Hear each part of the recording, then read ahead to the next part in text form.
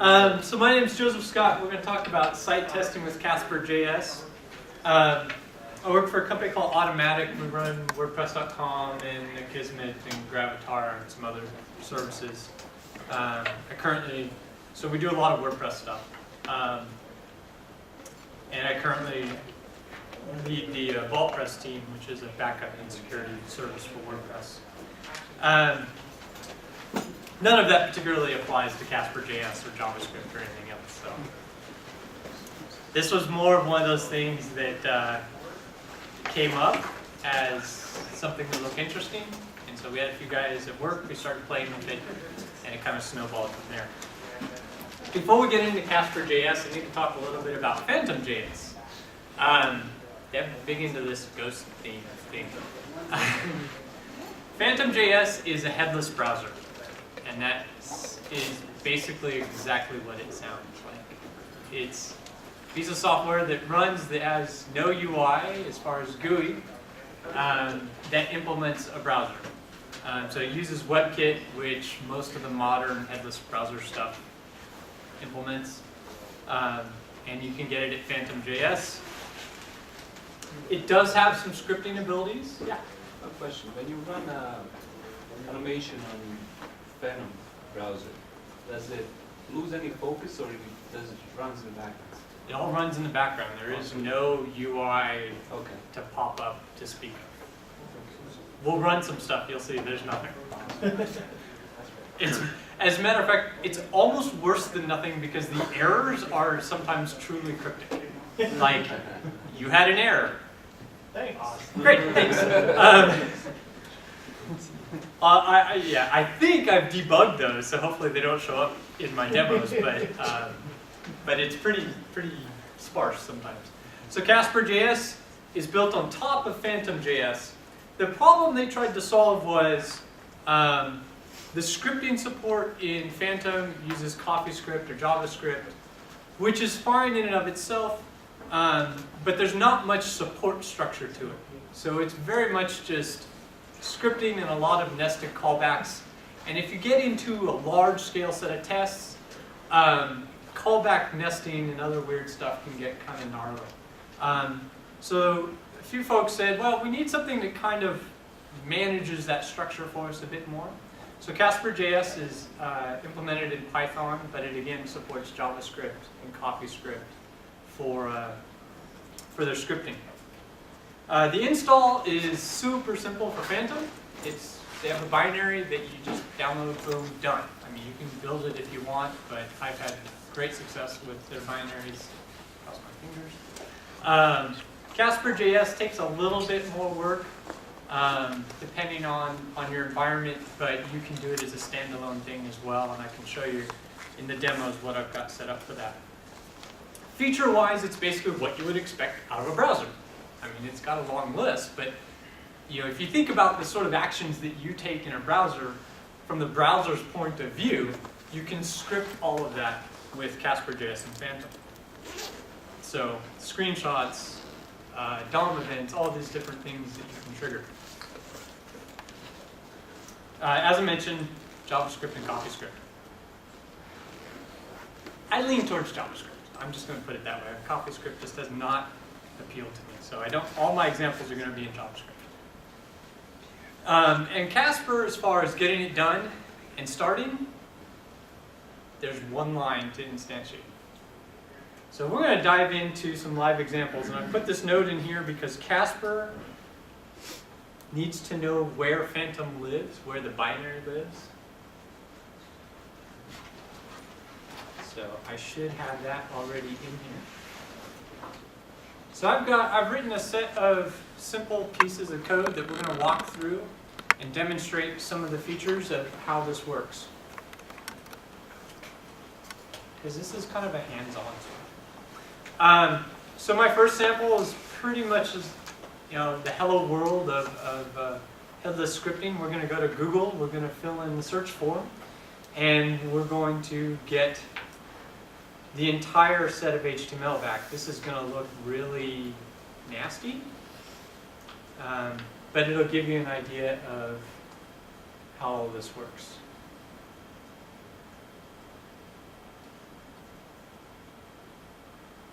And you're asking about, oh, well, there we go.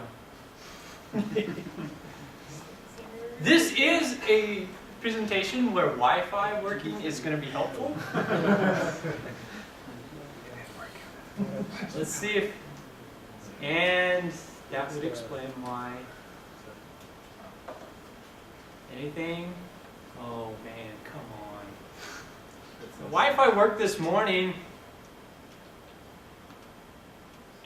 There should be a hard wire coming in from that desk. Yeah, except I'm going to need a Thunderbolt port, and I'm using it to plug into the display. You just need to have 2 Thunderbolts. No, my MacBook Air does not have 2 Thunderbolt ports. It'll change in June.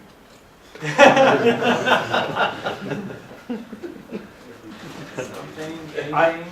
on my Wow. Wi-Fi, Joseph, if it helps. It is functioning, it's just not functioning. It's just We're trying to me connect is to what you're saying? Great. Everything here should log off. Yeah. That's going to be sad if this doesn't work. Someone could share My the presentation Wi-Fi. this morning would have been fine without Wi-Fi. This one, not so much. There we go. All right, one more time. Crossing my fingers. Please, Wi-Fi, don't fail me now. There we go. So this is the result of this get HTML. It doesn't format or do anything nice for you. It really is just a dump of what it got back, which is kind of nasty. So that's that's the bare minimum sort of thing. Can But you format? We could run it through a formatter, but I don't think there's anything. I don't recall an API for Casper or Phantom that does that. So you probably have to pipe it through a separate format. So we're going to do something a little bit extra on this one. We're going to do the same Google fill in the search form here for OpenWest. This true parameter to the fill in says that we're going to submit the form afterwards. And I should say, let me talk, I guess I didn't talk about the structure here. CasperJS, when you instantiate it, you start with a method call called start. Very convenient. Which takes a URL and a callback. And so you can do whatever you want. And that callback in this case, like I said, we're going to use a method called fill, which fills in a form field. So we look for the form, and we fill in the field called Q. That's the field name that Google uses. Like I said, we use true to submit the form. Now, what Casper provides as far as a set of steps for testing is a method called then. And it does just like it sounds. So we're going to start here, do that, then we do this. And you can have as many of those as you want. There's no reason why we couldn't have 300 Casper thens that did a series of steps, which makes it more manageable as far as having a set series that you want to test with. You don't have to worry about how many layers and callbacks or other weird stuff that you're doing to make all that happen in sequence. So Casper is going to take care of making sure that sequence works for us. So after we filled out the form, the next step we're going to do is use a method called evaluate. Now this one took me a little bit to wrap my head around. Phantom is a headless browser, and Casper does a testing layer and some other management on top of it. But when you call these functions, they're not executing in the context of the browser itself, necessarily. There's kind of this layer that you have to keep in mind. And what evaluate does is say, take the code that I'm going to pass in to evaluate and actually run it inside that browser context. So if you want to run, let's say you load google.com or whatever, and you want to run JavaScript inside that after you've loaded it as a result, you need to call evaluate. Because all the JavaScript that we're running for this test is on the other side of that wall. So there's a little bit of a mental jump that you have to make sure where do I want this to execute in what context. In this case, what we're doing is we want to run some JavaScript inside that context to say, give me all of the h3.r, the links, because that's the reference that we can use to pull the links out of a Google search result. That's the selectors that we can use. And then we're just mapping through that to get the href attribute. So we want to get the actual URL for each search result. So we're doing that by executing JavaScript in the context of the page that we got back. So there's a separation there to keep in mind. And then we return all that data back to our Casper sort of context here in a variable called links. And we loop through that, looking to see if there's something useful. And to actually trigger all this, we always have Casper.run.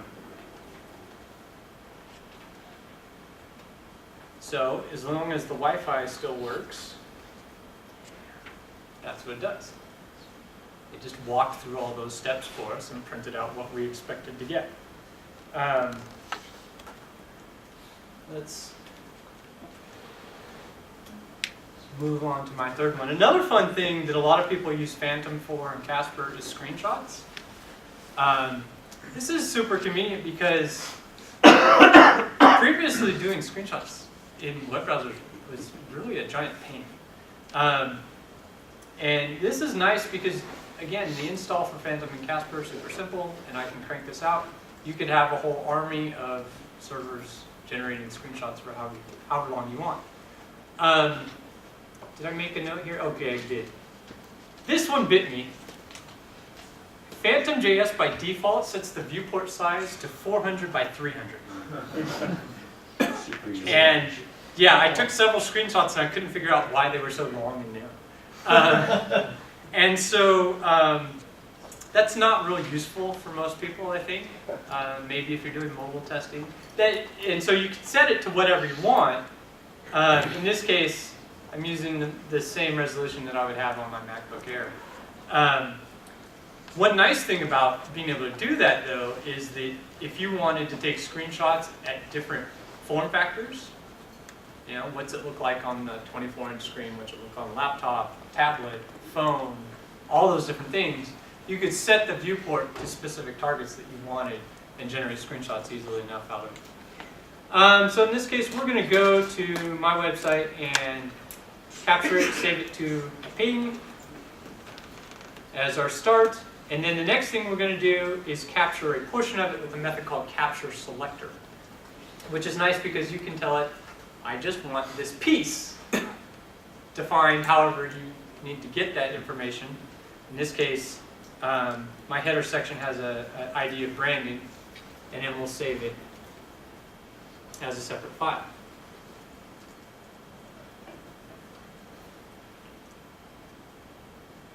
Assuming the Wi-Fi still works. All right. So the first one, it looks long and skinny, but we'll set it to actual size.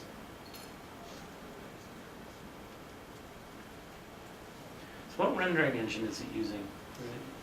It's all WebKit. It's all WebKit. It's all WebKit. And which, like I said, is basically, you know, tools in this genre are basically all WebKit. That's what they've all gone to. So that's a full screenshot. And that's our captureSelector. So there's all sorts of other tweaks that you can do in there to capture just specific portions of different things.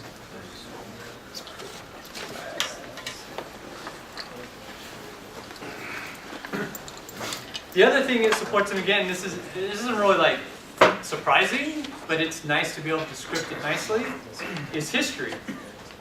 So the browser will track all the different steps that you're doing, just like your regular browser does, and you can walk through them forward and back. So in this case, we're going to start at my website, and we're going to use console.log, which is going to give us, back to our shell, some output. And we're just going to report what the current URL is, so that we can actually see that it's walking through different steps. Then we're going to go to Google. Then we're going to go to openwest.org. And then we will call casper.back, which back button, forward button. And we're going to output all of that so that we can see this stuff's actually happening.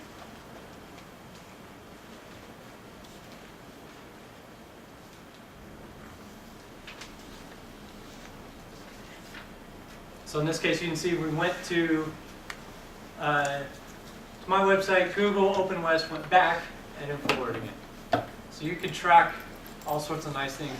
You know, the big thing with push state, stuff like that, if you wanted to make sure that that was all working correctly, you could easily script all of that and make sure that the browser was seeing URLs that you expected. Is that like triggering stuff on load? Is it waiting for the? How quickly is it executing stuff against the page? Just waiting. Well, so it's going to fire the same set of events that your browser is normal. So I wanted to run some code against the page.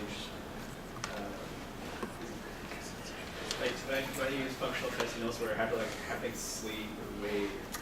Just Okay. So in this context, it's going to complete this process. You know, it's going to be done, and then it's going to run the next step. In this case, we're telling it then open. So actually in single page applications where you're dependent on a lot of pages coming in or dependencies, you actually have to specify the last dependency that you're going to be waiting for in order to start interacting with the page. I have another code example that might help address that. I don't remember which step it is, but I have another example that might be helpful there.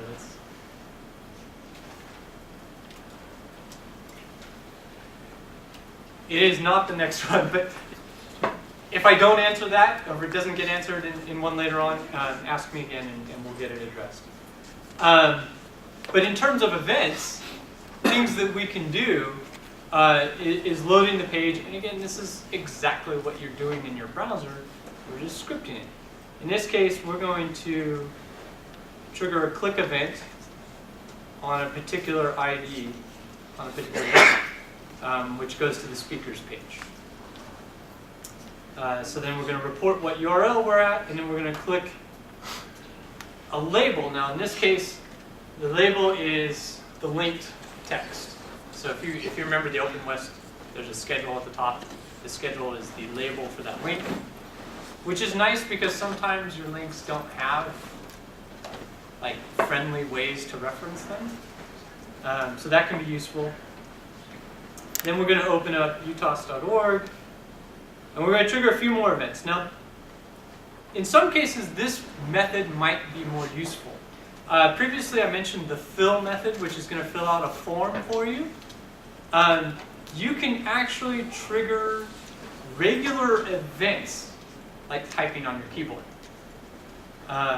with one called send keys. So we're literally going to mimic typing in the search form in the browser. You could use the fill form and hopefully get the same results, but depending on what you're doing, I mean, if you've got some JavaScript that's firing or something based on keystrokes and you need to track that sort of thing, the send keys will actually mimic the process of sending keystrokes through there.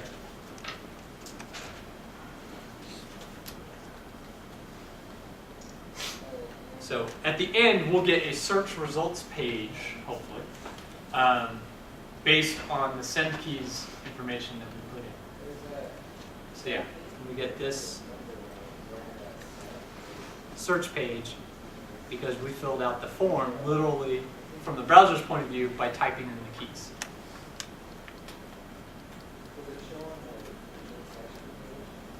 Waiting, this is the one I was thinking of in regards to your question about events. If you're into front-end stuff, you probably follow Steve Souders. If you are into front-end performance and you don't follow Steve Souders, you should. He has a nifty little tool called Kazillion, and it allows you to set all sorts of parameters for a type of page. So you can say, I want some JavaScript loaded in the head and in the footer, and I want certain delays, and I want to use async. And basically allows you to just build models of pages with different parameters. So what I did is said, I want to load an image, but I want that image to delay for 10 seconds before it actually shows up. So in my test, I start on this kazillion page for the test that I built. And what I want to know is if that fish image is visible or not. So I've told it, here's what I'm going to check against, is that image tag. And I want to know if it's available. And if it, and tell me whether it is or not. In this case, I know it's not going to be, so I'm going to wait another second. And then I'm going to check again and see if it's visible or not.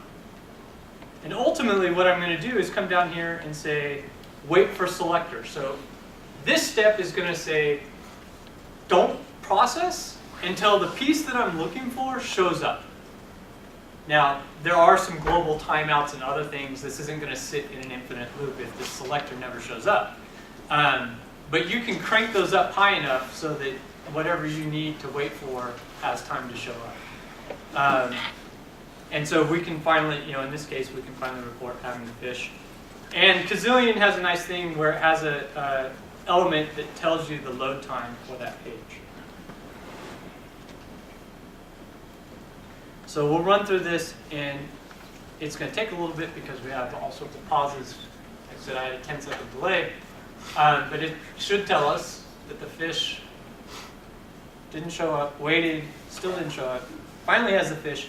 And then this line actually came from the HTML of the Kazillion page that I got back, because it reports how. So does that kind of address what you're talking about? If you have something that is on a page that you know takes a little while longer to show up or has some sort of delay? Well, they actually have an API call in here that you can tell it to wait for that specific. Right, the wait for selector? Yeah, well, yeah, that is addressed. Okay, good.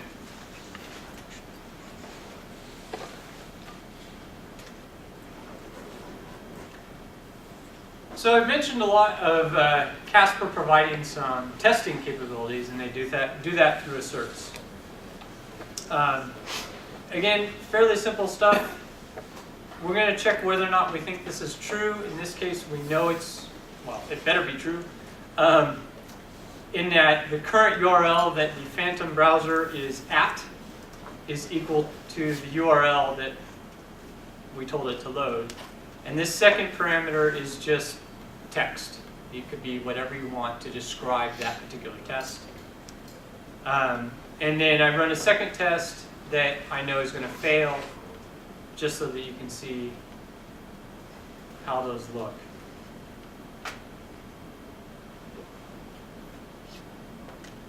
So you don't get a ton back. This is pretty basic stuff. But it is enough that you could potentially pipe this into something more useful. If you have a build system that you want to run tests against in an automated way, you could have all your tests fire off from Casper, run them against however much you need to, and determine whether or not you had fails afterwards. Fortunately, it does get a little bit better than that. And its capabilities are much stronger than that in terms of what you can assert. It has some helper functions for the HTTP status. So you want to make sure you got a 200 OK instead of a 404, or an authorization, or a redirect, any number of other conditions that you may consider undesirable. You can check for. It has a helper function called URL match that tells you, checks against the current URL. In this case, what I'm doing is going to OpenWest, the birds of a feather page, and determining whether or not, and this is just a regular expression, so it's determining whether or not that string occurs in the URL. And again, these are all just text descriptions afterwards. Text exists is the entire page, so if you were to strip away all the tags and just take the text, you get an assert to determine whether or not that text exists. Same thing for IDs, so you can use CSS selectors to determine whether or not something exists if you're looking for a particular section of the page. And again, with selectors, basically the same thing. In this case, what we can do is combine a few steps. So we can say we're going to fill out the form, and then we're going to check to make sure that that form has the value we expected. That sounds pretty trivial, but if you have some weird JavaScript acting on your form, you may want to make sure that it's not munging it. And then we add some stuff to Casper run. In this case, we're going to call test.done, which tells it, hey, we ran some asserts. It's going to determine how many asserts that you ran and to see if the pass-fail number matches that. So in this case, I think we have, what, 6 asserts? So it's going to know you ran 6 asserts, and it's going to determine total pass or failure depending on whether or not we have 6 passes. So we're going to tell it we want the results back. The other thing that you have to pay attention to, normally when you call casper.run, it goes through and does your sequence of events, your start and then all your thens and everything else. If you just call it plain. If you call it with a callback like this, then you need to explicitly tell it to die at the end. Call exit and you're good. Otherwise, it'll just sit there, waiting to do something else. It doesn't, once you pass in a callback like that, it doesn't automatically terminate anymore. Found that out the hard way. So don't forget that. So we'll run this test. We'll get asserts that hopefully look similar to the other one. Now what I did when I started Casper is I changed the colorizer type. Having all the greens and other stuff is nice for you running the test because it's easy to see red and go, something failed. It's not great if you're piping this into your automated testing solution or deployment or something like that, because then you get all the color escape codes and other junk. So you can turn off color by determining the color type dummy.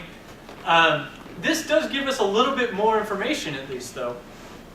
It tells us what type of assert failed, that it was a false, and tells us what we expected and what we actually got back. And as I said, there's 6 tests, 5 passed, 1 failed. So I haven't seen anything in Casper that provides like XML or JSON or anything like that in terms of test results. But this, at least in our case, for what we've done, is simple enough that we can just parse it out. So we have what we've been doing in this is a test harness that actually runs every 15 minutes to run a series of tests and then checks to see if there were any failures. And the test harness is smart enough to know what state the tests are in. So it'll track, oh, you had a failure, and it'll keep running the tests. And then once the failures go away, it'll flip back to everything being okay. That's all custom stuff that we ended up just writing ourselves. But this is enough information to get you what you need. In most cases, I suspect people will have not just the ability to run these tests as part of their deployment, their commit, or whatever, but hopefully they're running them interactively as well, too. So each developer should easily be able to get this data back.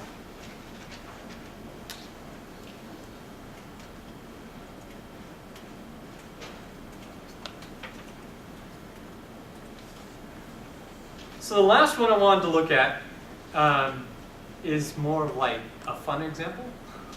If you wanted to use Google Translate and actually hit their page, does Google Translate still have an API? It seemed like they did at one point. They may have turned that off. You can pipe in command line options. So we can tell it that we're going to pass in a source and a target, and our call is going to look like this. And you can do the simple things like pass usage and say, hey, you didn't give me the parameters I need. Please give me something more useful. And again, this uses the same stuff that we looked at before, where it takes the form field, fills in the right information, and then waits for a selector to come back that has the text that we need. So we should be able to run this with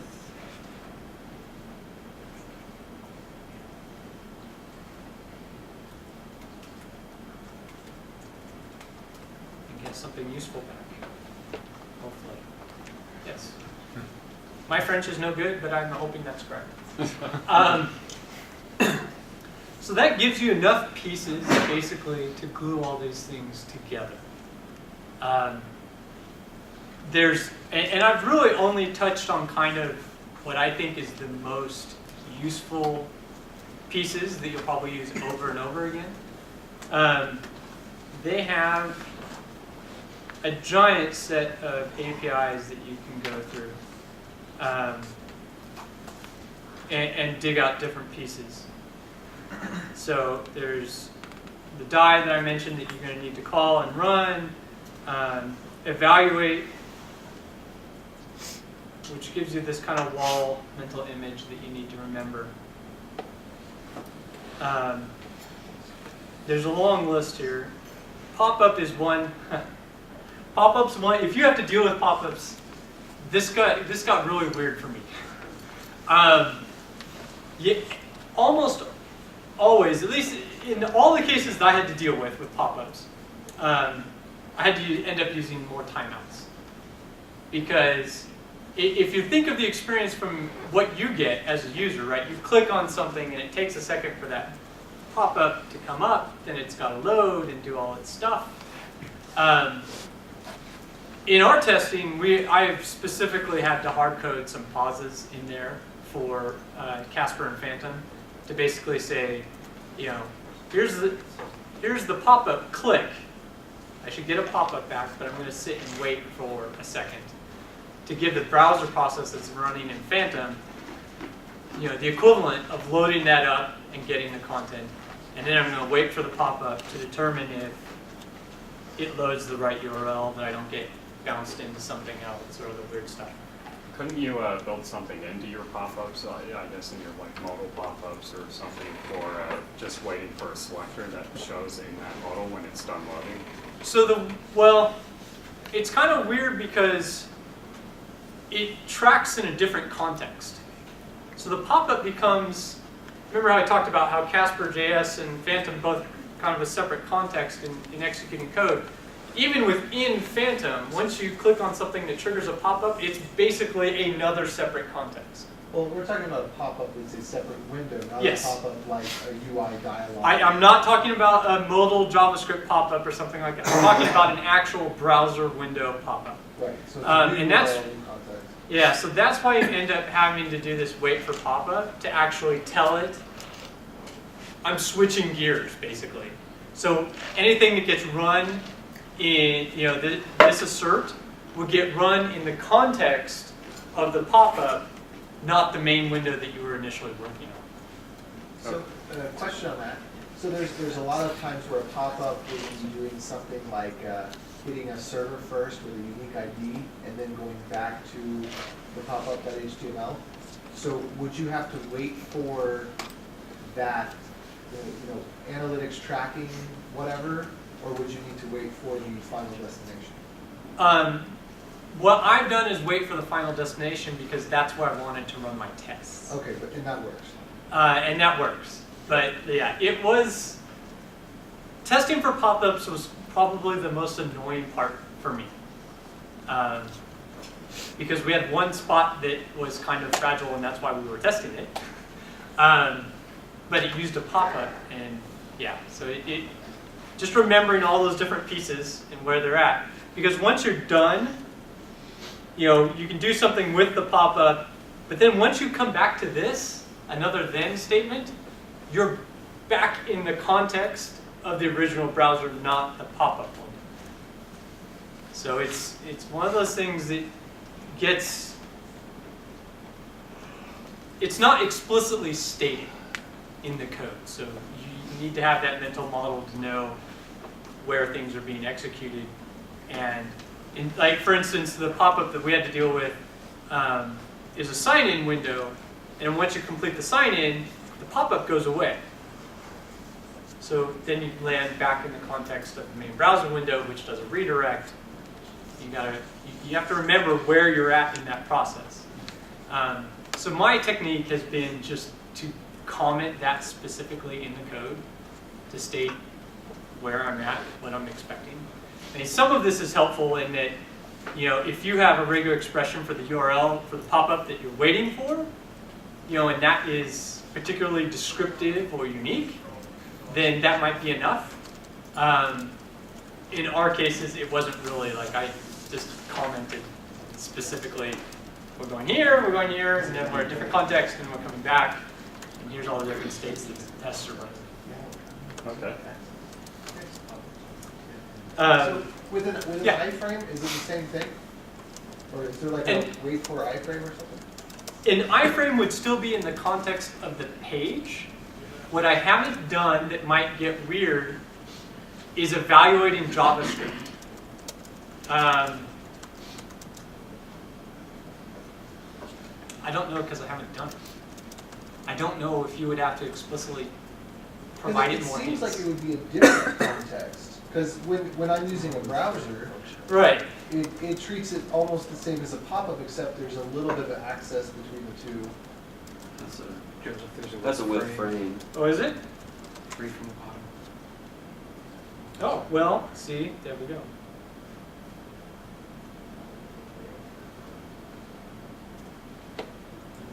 So that was, so yeah, you'd probably have to do similar calls, but with frames instead of with pop-up.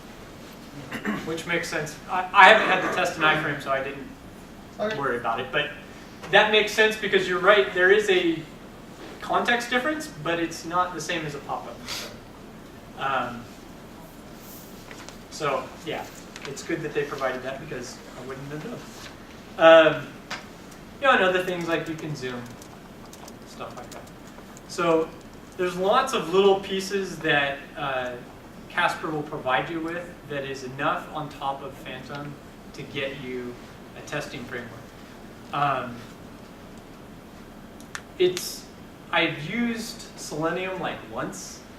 I don't know what other testing frameworks people might be using in this context. It's kind of targeted, I think, at a different crowd, right? If you're into writing your bash scripts or something like that to manage things, then CasperJS probably appeals to you a bit more. If you want something that is more kind of wizard ability and stuff like that for selecting what you want where, Selenium and their tool set might be more useful. With Testacular, or now called Karma, you can run like Angular scenario runner against PhantomJS and use your same set of tests to run against Firefox from the header, IE. But it sucks about that. It's not nearly as robust as, I can't think of anything as robust as Casper. It's pretty solid. One thing I will say is if you have a designer that likes to change things, it can get a little fragile at that point. If you have a designer who goes, oh, I just went and changed the class names just for the heck of it, and all your tests are dependent on what class names and IDs you expect, then that's kind of a bummer. Well, if you look at what the major websites are doing these days, they prefix the JavaScript class names with JS hyphen. So if you look on GitHub, if you look at the source for that, you'll see they protect against that. They let their designers mess with the class names that don't have a prefix. Right. Now, you can totally defend against it. I'm just saying if you have a designer who happens not to do that, then you can easily have tests break that aren't necessarily broken. It's just that the stuff you were looking for has a different name. So is the only way to get the output of CasperJS programmatically to pipe it into something else? Or is there a way to drive it from a third-party application, send it commands, receive commands, manipulate that data? For Casper, there isn't. For Phantom, you can hook it up to things like Selenium and other stuff.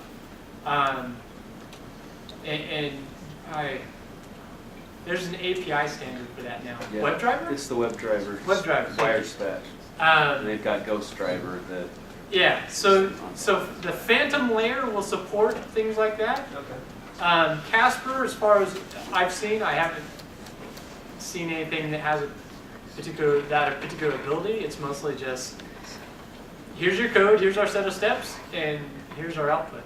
I mentioned, let's see if I can actually trigger it. Like a scraper's dream. Screen scraping is, something that's going to be. Oh, well, see that error was actually useful. I was going to try and remember how to trigger one of these really not helpful errors, like you have an error. So sometimes you've got to dig in a bit more on what's going on. There are definitely times where I'd like a lint check, but Casper. I mean, I'd like it right in Casper. I'd like to not have a separate tool to do lint checking. I'd like just Casper to say, run this, mock run this. Don't actually execute it. Just parse it, compile it, see if it actually looks like it's supposed to. Yeah, screen scraper. There's even been a couple of startups that have popped up just for taking screenshots. I mean, I guess at some point you market for that sort of thing, and they provide an API. You give it a URL, and it runs it against all of its sets. Now, The default user agent, just like Chrome.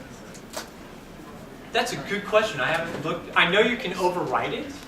Default says Phantom in the user agent. Is it Phantom? Yeah. That makes sense. That's Plain. that's what it's running. And you can overwrite it if you want. I've personally never had a need. And actually, sometimes it's been useful because if I do run into error conditions, I want to know that as far as in the logs and stuff, I want to know if it was triggered by one of my tests or an actual user. Since I don't think any of my actual users run Phantom. So for me, it's been useful not to bother overwriting it. You can send those like links. LYNX. LYNX is the old one, but yeah, there's tons of stuff. I mean, this is one of those things where we found it useful because what was happening was we had an authentication mechanism that was kind of spread out across a couple of different groups. And so a group would make what they thought was a small change, but broke something over here in the authentication mechanism. And so we started doing Casper because we wanted to simulate an actual user going to the page and walking through all those steps. Because even though all of our code tests worked, when somebody would make a small change like that, the interaction with the user, something would tweak, and the user couldn't actually properly authenticate. So that's where our need arose from this. Thank you. All right, I guess if we don't have any other questions, we're done.